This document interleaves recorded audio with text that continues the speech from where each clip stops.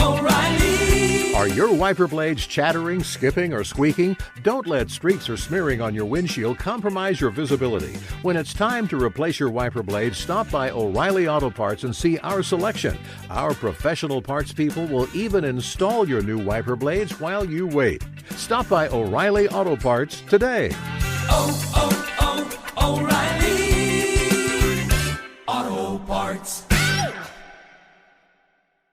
For all you elk hunters out there, chasing turkeys is basically the same thing.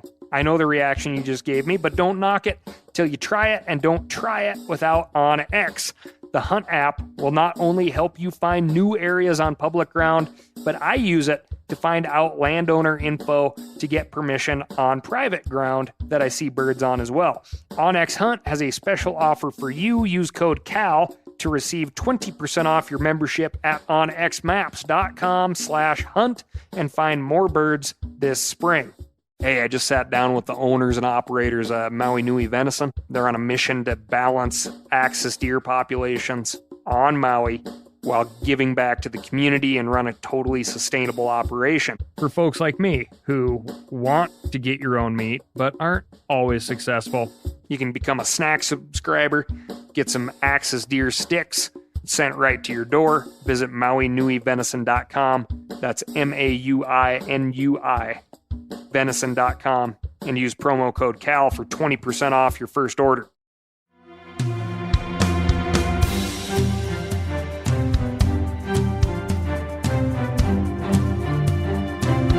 From Meat Eater's World News Headquarters in Bozeman, Montana, this is Cal's Week in Review with Ryan Cal Callahan.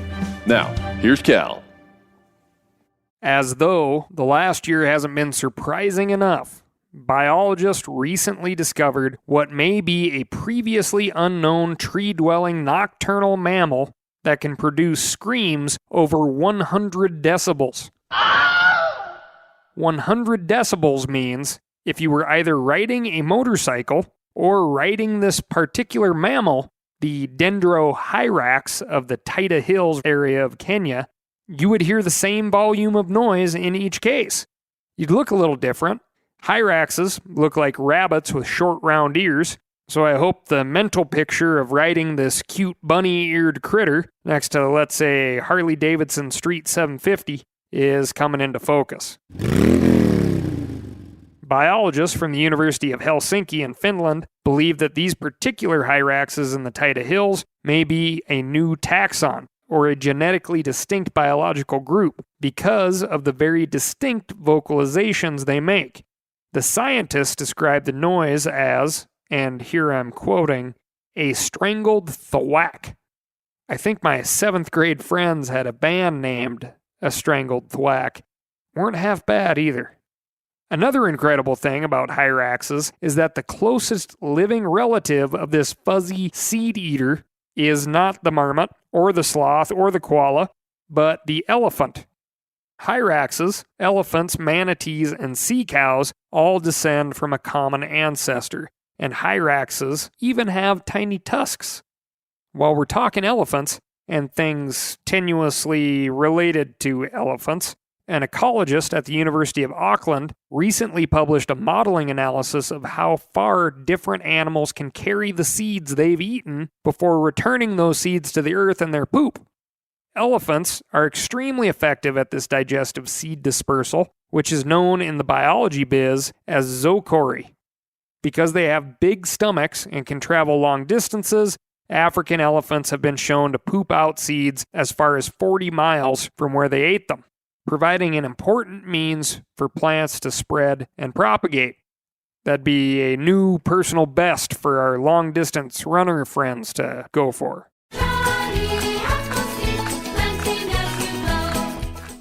But zoochory, in the here and now, has been well understood for a long time.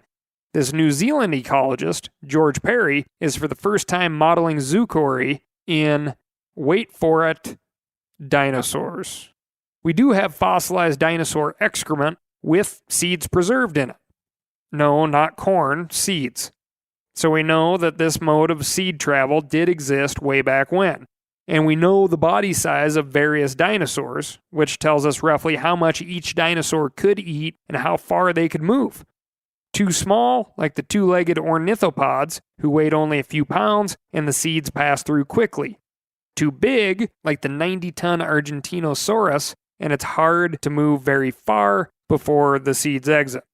And so Dr. Perry concludes that dinosaurs on the scale of the modern elephant, like the Triceratops and Stegosaurus, would likely have been able to move seeds the farthest, possibly up to 20 miles from the plants that grew them. Although we'll never know how right or wrong Dr. Perry might be, at least we now have a very new kind of very old mystery to ponder and something new we have in common with dinosaurs. Be sure to tell your teachers that one, kids. This week, we've got the law enforcement desk, bycatch, and do you smell that? But first, I'm going to tell you about my week. And my week, as well as this podcast, is sponsored by Steel Power Equipment. I'm making this week short because I'm packing up my steel gear and heading south to Sonora, Mexico, meeting up with a few folks from the outdoor clothing brand First Light, Seth Morris and Giannis Patelis, a meat eater. Old Steve was supposed to go, but he's locked up in his guest house with COVID. This one's for you, buddy. Word is, it's been a dry season in Sonora, so we may not see the biggest bucks, but we will hike a lot more of that beautiful high desert than you will. And for that, I'm sorry.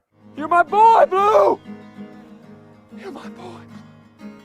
I will give you the full report, hunting Coues deer in Sonora, both here on the Week in Review and on the old Cal 406 Instagram account. As for the snort report, it's on pause. See what I did there?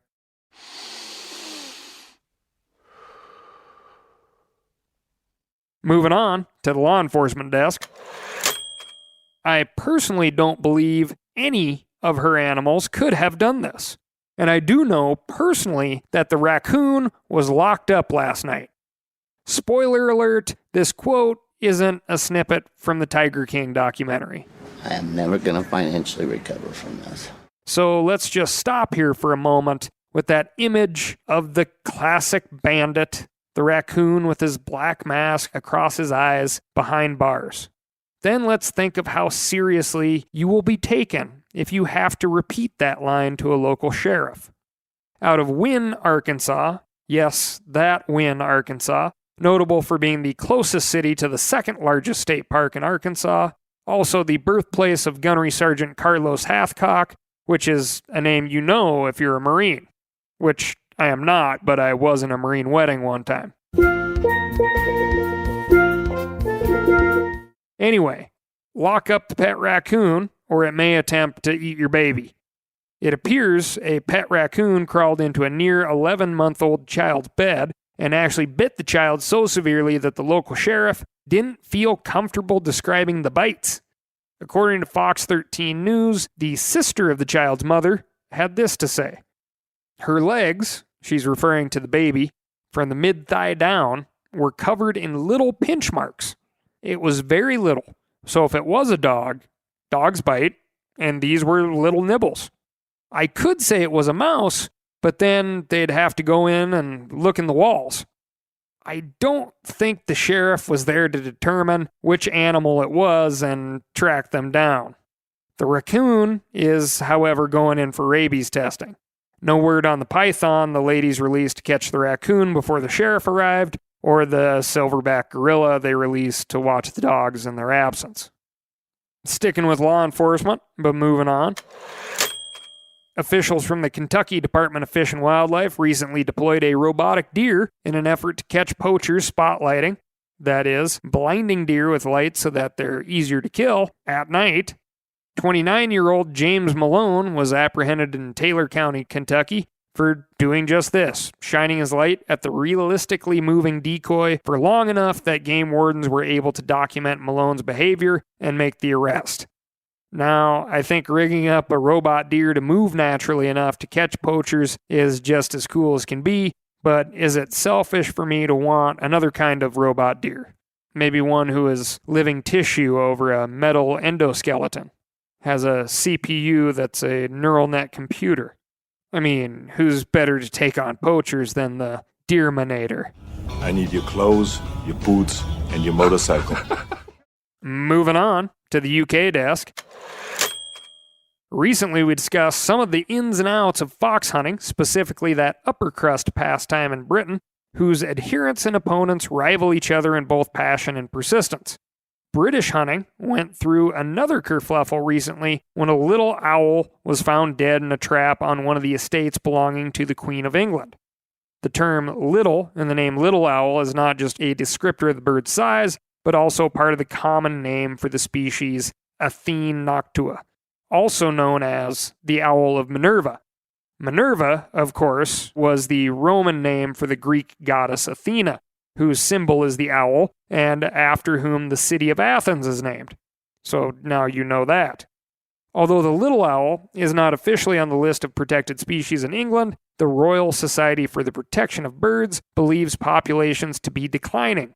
And, as owls are most definitely in the charismatic section of the avian family, many Britons went ballistic when the photo of the dead owl in the trap came out. Bycatch, the term for snaring, netting, catching things that you didn't mean to, like this little owl, is a challenge in all kinds of trapping, and skilled trappers can reduce bycatch with careful technique.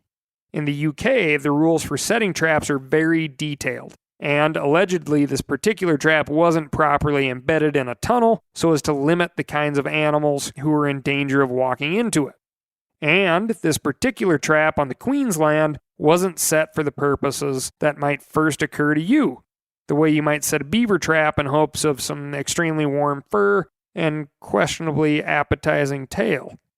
This trap, and many like it, was set in order to reduce the number of stoats, weasels, rats, and other predators who eat the pheasants the British hunters love to go after.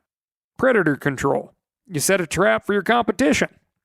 Trapping predators to protect upland game species is often great practice, and it's done extremely well in many parts of the U.S. By controlling one of the main drivers of bird mortality, you can increase the numbers of all kinds of ground nesting birds, including many non-game species that can use all the help they can get. There are actually a few ways to accomplish this goal. One of the most interesting is to lay off the control of coyotes. Even though we often think of coyotes as a major threat to game species, they often eat the varmints and smaller predators that really focus on birds and eggs. The land managers that set predator traps in the UK have an intimate knowledge of the landscape they're working in and are in many cases outstanding stewards of the ecosystem. The wrinkle in this story of the little owl, however, is that these particular protected pheasants are by and large not wild, but rather birds introduced by people expressly for the purpose of being shot. Although this doesn't represent all of the bird hunting in the UK by any means, the stalking of certain estates with birds and then having paid beaters flush those birds towards hunters is very popular. Very popular may have an asterisk by it when you consider that a 2010 study accounted for only 625,000 hunters amongst the 56.5 million residents of the UK. Pheasant hunting, the shooting sports, are an enormous industry in England, partially supporting more than 70,000 jobs. As many as 50 million juvenile pheasants, or poults, are released every year, and critics charge that the birds take a heavy toll on the ecosystem as they compete with native birds and other wildlife for food and habitat. Of course, things get even more controversial when an owl gets caught in a trap meant to protect artificially introduced birds, and it's on the Queen's estate. If they're not setting traps the right way in the Queen's backyard, the thinking goes, what kind of example does that set for the rest of the country? And shouldn't the monarch be protecting vulnerable wildlife? And so on. Again, as with fox hunting, the fact that pheasant shooting is particularly associated with royalty, nobility, the upper classes, causes a lot of friction. Forgive me for continuing to beat this drum, but this big British blow-up illustrates another reason that recruiting new hunters and keeping them involved here in America is such a huge deal. Hunting might not exactly be mainstream here, but it's practiced by a lot of different people in a lot of different places in a lot of different ways. According to Deer and Deer Hunting magazine, 11.4 million deer hunters were legally ready to hunt in the 2020 season. That is just deer hunters. In 2018, the state of Texas sold over 1 million licenses. 2019 hunting license data says 15,544,000 plus people purchased a hunting license in the United States, which sounds like a lot. But, we have 331 million people in the United States. And, for the record, 15,544,000 hunters may be plenty of hunters in the U.S. if everybody conducted themselves in such a way that the other 315 or so million people in the U.S. said, hey, I know a hunter, those folks are great. If we're good stewards, if we represent ourselves well with non-hunters, maybe if we bring some of these non-hunters some delicious pheasants delivered by, let's say, a cute puppy, and then maybe, the attitude across the entire United States is like, no, I do not hunt, but I do know a good hunter with a cute puppy, and they're swell folks.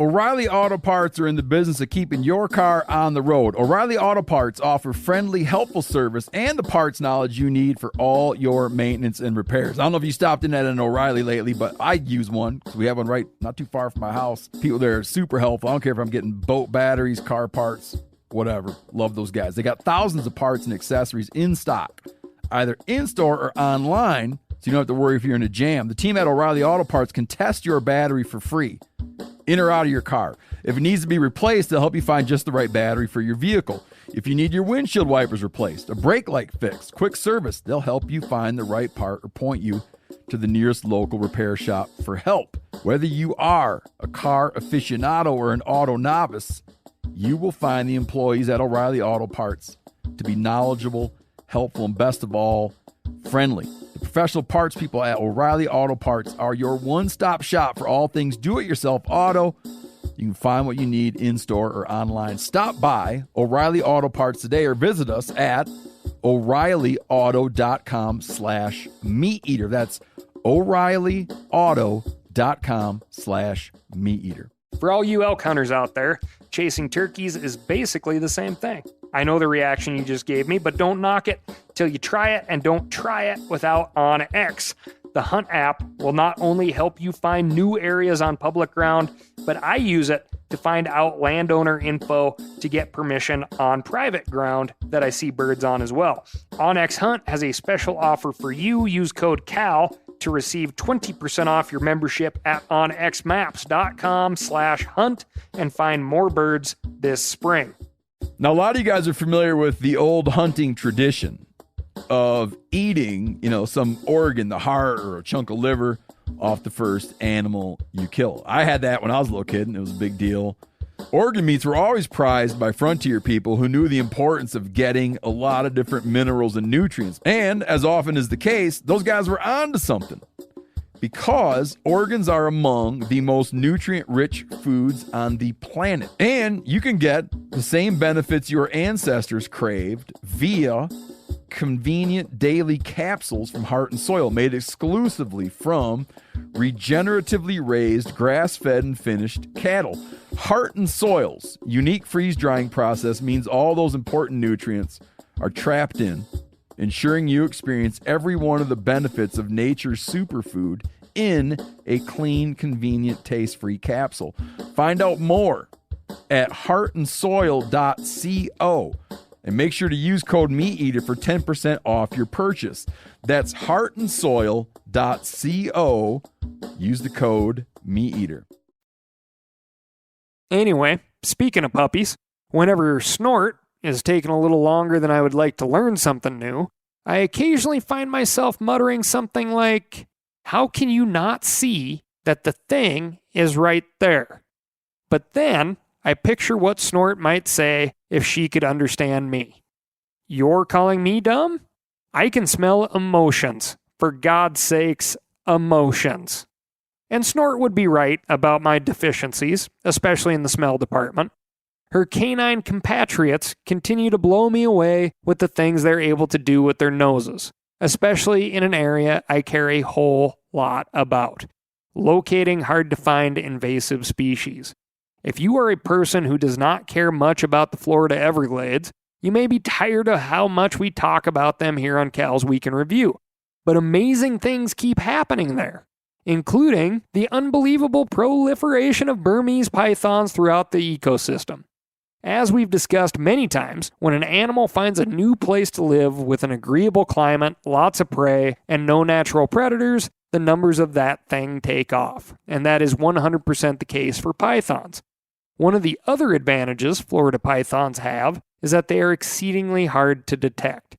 They can remain motionless for up to 15 days at a stretch. They can stay completely submerged in water for hours. If you want to learn more about just how hard these things are to find, do yourself a favor and go listen to episode 219 of the Meat Eater podcast, in which herpetologist Dr. Robert Reed, aka Dr. Bob, goes into astonishing detail about how well adapted these snakes are for being there and not having you know it. Snakes. Why did it have to be snakes? For the good of the rest of the animals in the Everglades, the need to find these snakes and reduce their numbers is extreme. We are, however, not very good at it.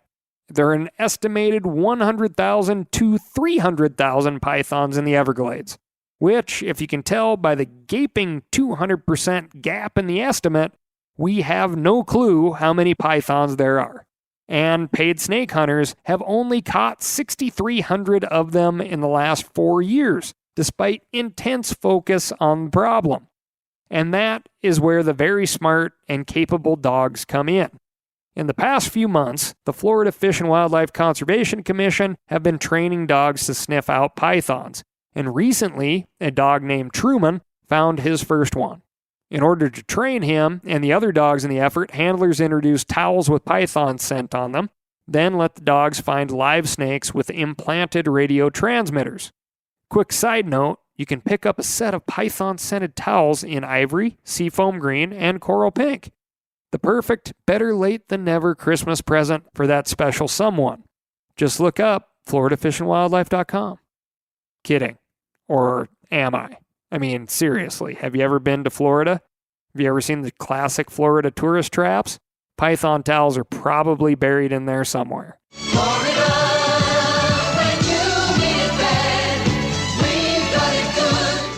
Anyway, Truman found his first snake in the Rocky Glades public small game hunting area in Miami-Dade County, where, I'll bet, there is less small game to be hunted now than there was prior to pythons and python dogs. Although this pilot dog training effort is small, it is showing promise, and the hope is that more dogs can be trained in the same skill. We're really going to be rocking and rolling when the state of Florida figures out some particularly good use for all the feral cats. Good dogs. Now, when it comes to invasives, it's always more effective to stop the spread before it gets out of hand and into the water or the bush.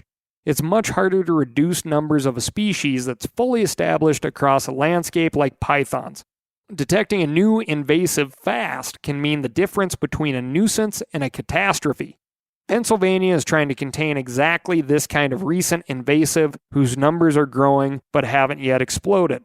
The spotted lanternfly, native to East Asia, has been detected in the southeastern part of the state as well as in parts of several surrounding states.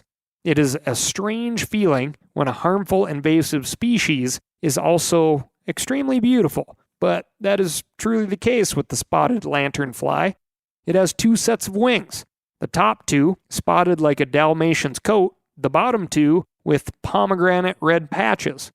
When the top wings cover the bottom ones, the red color glows through, giving the lantern effect that led to its name. Unfortunately, the lanternfly's effects are anything but beautiful. The voracious eaters feed on all kinds of crops, but most especially grapes and stone fruit. They are a major threat to Pennsylvania's vineyards and orchards, and their appetites are not the only problem they present.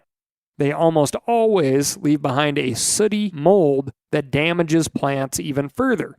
Once lanternflies have grown to full size, it's too late to control them, and so it's critical to find their eggs and destroy them before they hatch. But, of course, part of what makes them so tough to eradicate is that their eggs are very hard to see and very well hidden. So, guess who has the detection skills to pinpoint where they are? Dogs, not outdoor bird and small mammal destroying cats. dogs. Veterinarian Cynthia Otto at the University of Pennsylvania's Working Dog Center has trained a German Shepherd named Lucky to detect the spotted lanternfly's unhatched eggs. Although Dr. Otto trained Lucky, she then handed her off to the Pennsylvania Department of Agriculture to patrol the edges of the known lanternfly zones to find and destroy the eggs before they spread any further. Although Lucky is just starting to be deployed in the field, she has passed the first critical test, picking up the smell of the lanternfly eggs while ignoring the smell of the tree bark that eggs are almost always on. It would not be so useful to have a dog who would let you detect tree bark in a forest. The trainers went even further and introduced smells intended to distract Lucky's nose, but she ignored these diversions and found the live eggs 95% of the time. Good girl, Lucky. And Pennsylvania is not messing around with this problem. They have already quarantined significant portions of the state, restricting the movement of landscaping and construction waste, plants, firewood, deck furniture, mobile fire pits, and much more. In order to move this stuff from place to place, you now need a permit from the state, showing that you've been trained in inspecting your stuff and getting rid of any eggs. Think of that. A horsefly just makes you bleed a little bit. The lanternfly makes you get a state permit to move your own deck furniture around. You didn't file your paperwork last night. That's some next level annoyance from the fly family. Moving on. Mount Everest is 2 feet taller. Take that, Sir Edmund Hillary. Sometimes it doesn't pay to be first, kids. Everest was recognized as the tallest mountain in the world in 1856.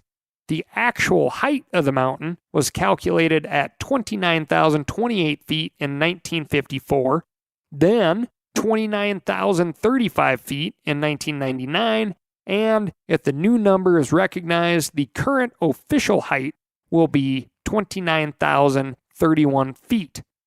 Well, wait. Hillary and Tenzing Norgay summited Everest in 1953 when the official height was, quote, tallest.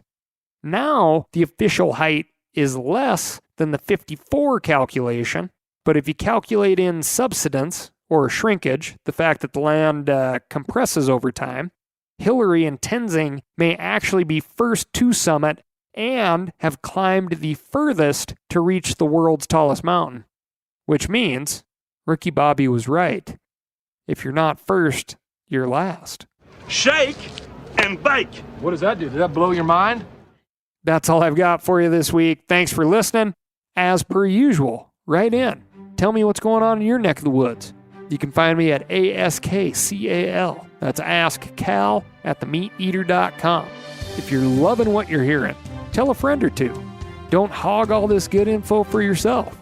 Thanks again. I'll talk to you next week.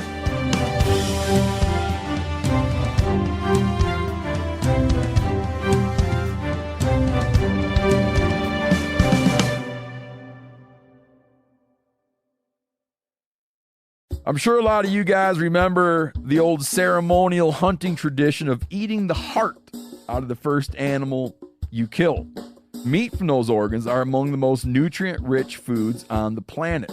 You can get those same benefits your ancestors craved via convenient daily capsules from Heart and Soil. Find out more at heartandsoil.co. And remember, use code MeatEater for 10% off your purchase. Hey, I just sat down with the owners and operators of Maui Nui Venison. They're on a mission to balance axis deer populations on Maui while giving back to the community and run a totally sustainable operation. For folks like me who want to get your own meat but aren't always successful, you can become a snack subscriber, get some axis deer sticks sent right to your door. Visit MauiNuiVenison.com. That's MAUINUI. venison.com and use promo code CAL for 20% off your first order.